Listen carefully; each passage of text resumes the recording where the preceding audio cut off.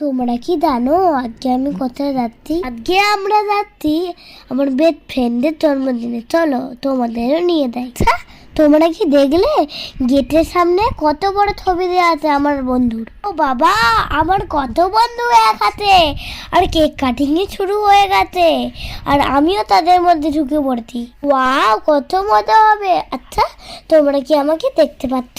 আমার best friend আমাকে কেকও খাইয়ে দিল, আর আমিও বেস্ট ফ্রেন্ডে আমি কেক খাইয়ে দিয়েছি, আর একটু গালে লাগিয়েও দিয়েছি। ততক্ষণে আমি পকোড়াগুলো খাই।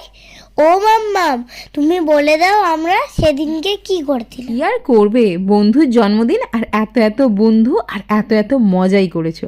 আর এই যে আমরা বন্ধুর মায়েরা সবাই মিলে ছবি টবি তুলে নিলাম, মেয়ের সাথেও একটু ছবি তুলে নিলাম।